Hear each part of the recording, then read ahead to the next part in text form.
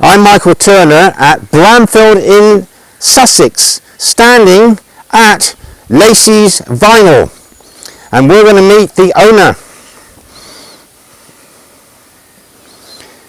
It's my friend Baggott. I met him around 1993, and he became a great fan of Neil Sedaka. We met through his interest in Gene Pitney, and on the left and right hand side of his entrance to his shopping complex inside his garden, we've got his signs that tell passers-by he wants to buy records, and hopefully they'll want to buy records from him. Let's see how he operates.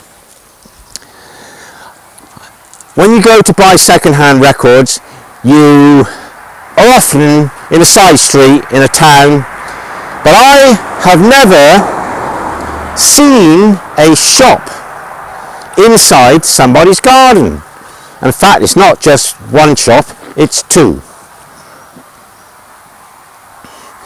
And they are sheds with Lacey's Vinyl written above the door.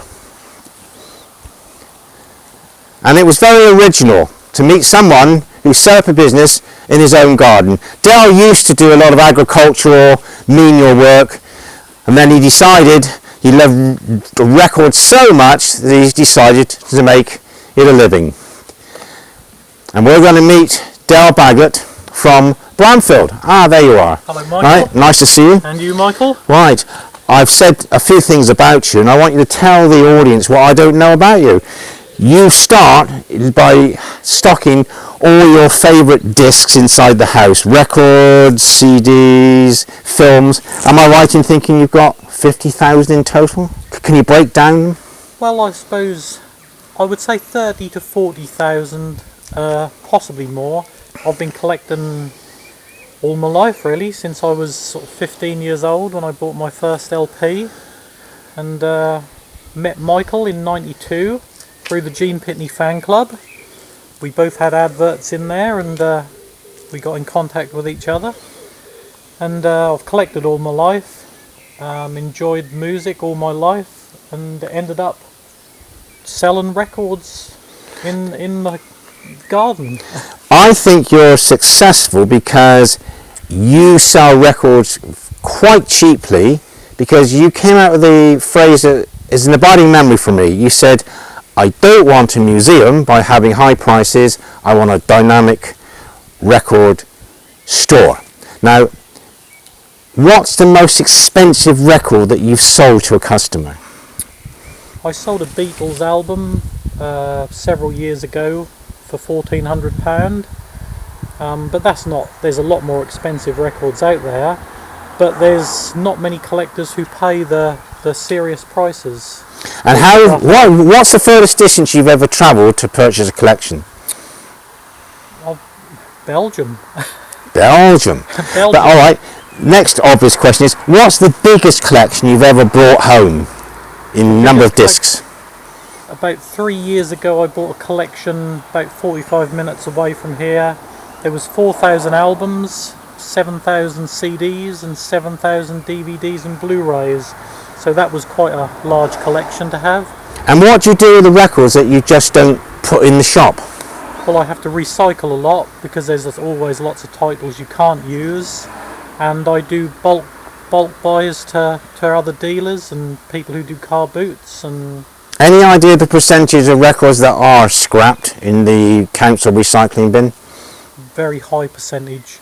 I can buy a collection of 500 albums and there might only be 30 that are usable for me. Are you willing to tell us how you've made a lot of profit? Because if you've bought a collection and you throw most of them away, or someone's given you half a collection free or a collection very, very cheaply, and you say, I throw that lot away and I make a profit out of the rest. Have you got any stories like that of any quick profits? Well, there's, again, 90% of the time there's not always a high profit.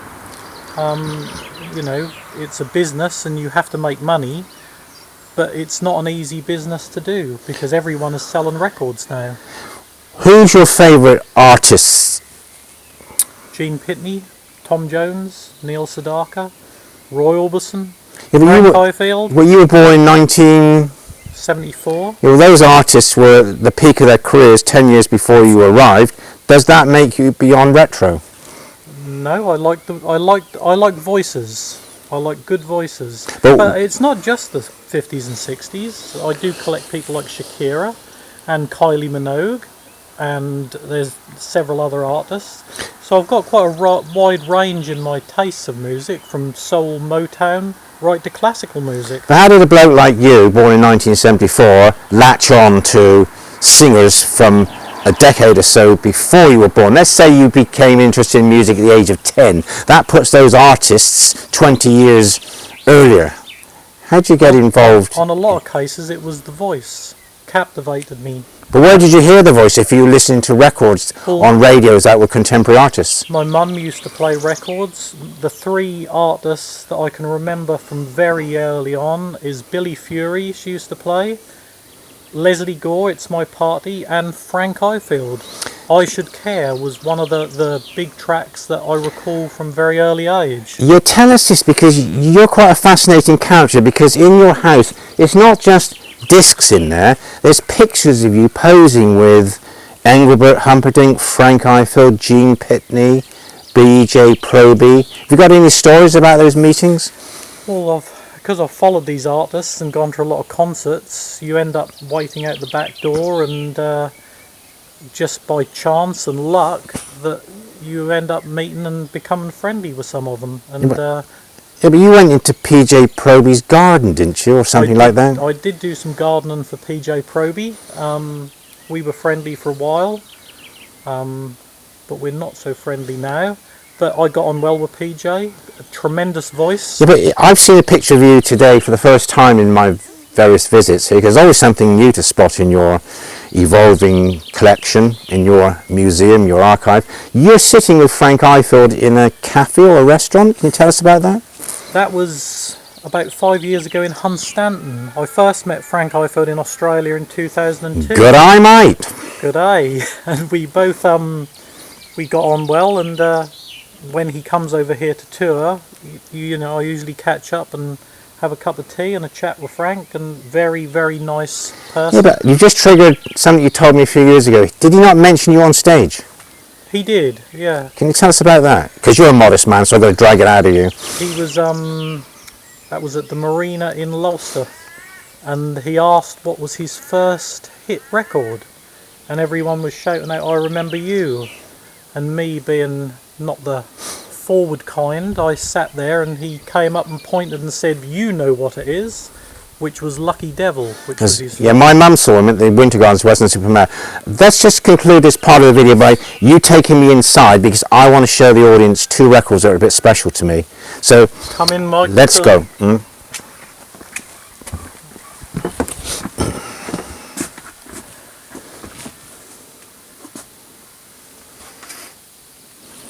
And here we have the Gene Pitney and Neil Sedaka section. Well, I want to tell the audience about this one, because this is a 1982 reissue, but at the time I was not sure, because I didn't know so much about the Pitney tracks in those days.